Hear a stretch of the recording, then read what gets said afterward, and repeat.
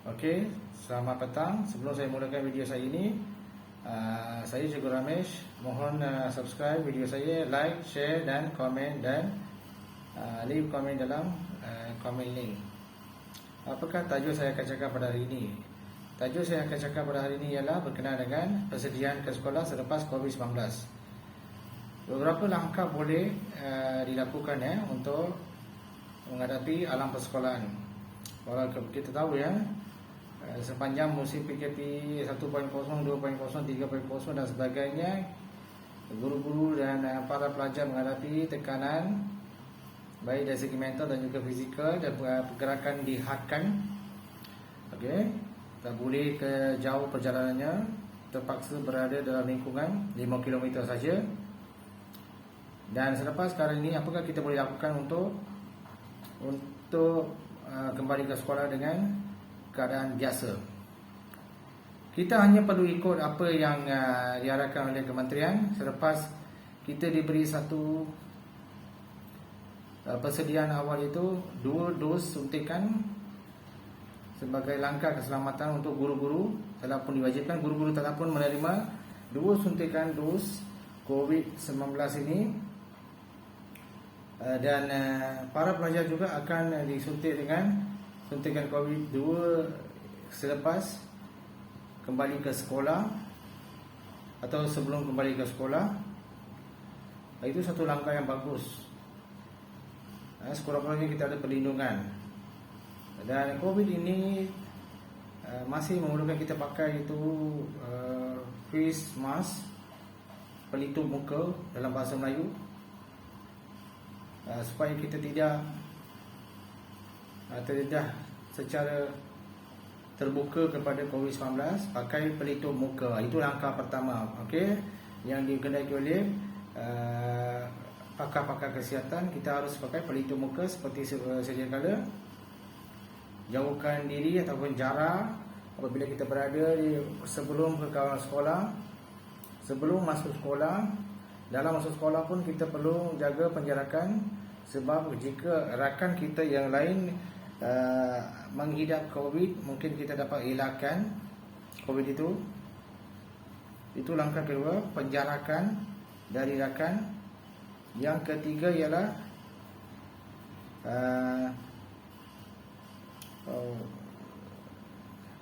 sanitasi. Sanitasi ialah satu je langkah untuk membunuh virus jika ada COVID-19 ini, yang boleh mengurangkan kadar kebolehjangkitan COVID-19 ini ke tahap yang tinggi. Okey, apabila kita gunakan sanitasi, kita mencuci tangan kita menggunakan sanitasi yang akan membunuh kuman dan akan membantu kita mengurangkan kebolehjangkitan COVID-19 ini. Okey, sanitasi amat penting untuk kita untuk menjaga diri, terutamanya daripada jangkitan COVID-19 ini. Sanitasi disediakan sama ada di rumah juga, kamu boleh gunakan. Di sekolah juga disediakan, di luar sekolah misalnya penjaga gardu disediakan. Anda boleh beli sendiri dan sebagainya. Yang keempat ialah gunakan kebebasan untuk ke sekolah itu dengan sebaik mungkin. Para pelajar telah diberi kelonggaran untuk memakai pakaian yang bersesuaian dengan sekolah, disebabkan oleh masalah ekonomi, disebabkan oleh COVID-19 ini. Okey, tak perlu rigid dalam ekonomi untuk mendapatkan bekalan untuk sekolah, terutama pakaian. Jangan salah gunakan kebebasan ini. Gunakan pakaian yang sopan dan sesuai untuk sekolah. Itu adalah langkah keempat. Langkah kelima ialah amalkan sikap berhati-hati dan cermat dalam tindakan kita semasa berada di sekolah ataupun di luar. Jangan keluar bandar kerap kali walaupun pergerakan antas negeri sudah pun diberikan. Okey, kita ambil langkah jaga-jaga kita sendiri dengan jangan kerap kali kita keluar negeri ataupun daerah kita,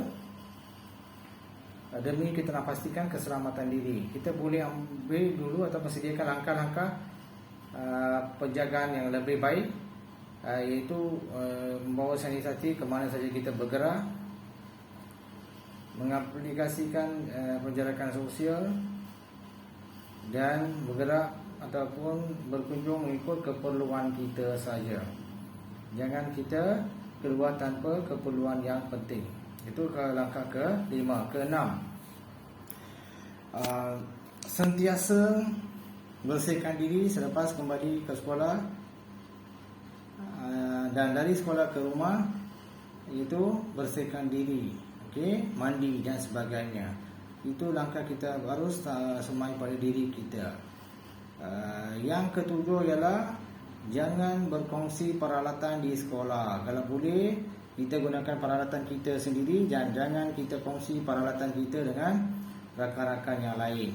Kita seharusnya sedar bahawa COVID-19 ini masih belum hilang sepenuhnya. Kita haruslah jangan kongsi peralatan kita dengan rakan-rakan lain.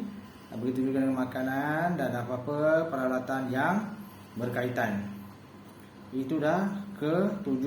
Ke-8, semasa aktiviti co-curriculum, co-akademi yang lain, kita harus juga melakukan keperluan co-curriculum itu mengikut SOP yang ditetapkan oleh kementerian dan juga sekolah. So kita kena pastikan bahawa kita tidak melanggar SOP yang ditentukan oleh sekolah dan juga pengetua dalam menjaga atau mengelak daripada jangkitan COVID-19 ini. So itu penting.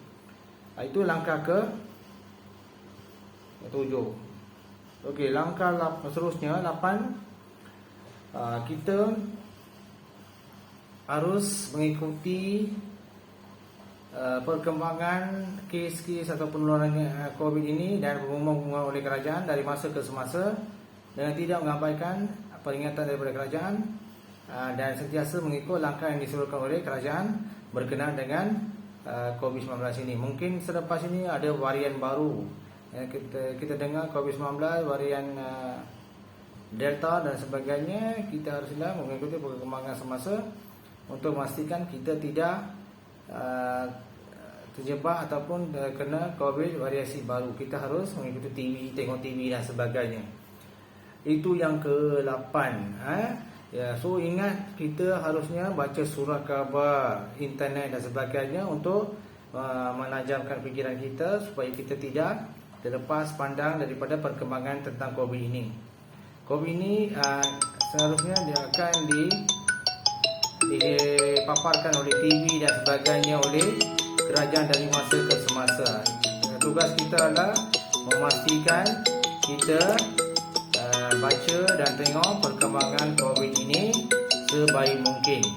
Itu langkah ke-9. Langkah ke-10 ialah kita harusnya jangan leka. Semasa musim-musim perayaan, contohnya Deepavali yang bakal menjelma, kita tidak harusnya beria-ria sangat ataupun melanggar SOP dan sebagainya, disebabkan oleh beberapa tahun dah kita dalam keadaan PKP ini. Kita pun ambil atau abaikan langkah-langkah keselamatan dan beraya tanpa menjaga keselamatan diri kita. Itu penting, jangan kita abaikan keselamatan diri kita. Itu ialah langkah seterusnya.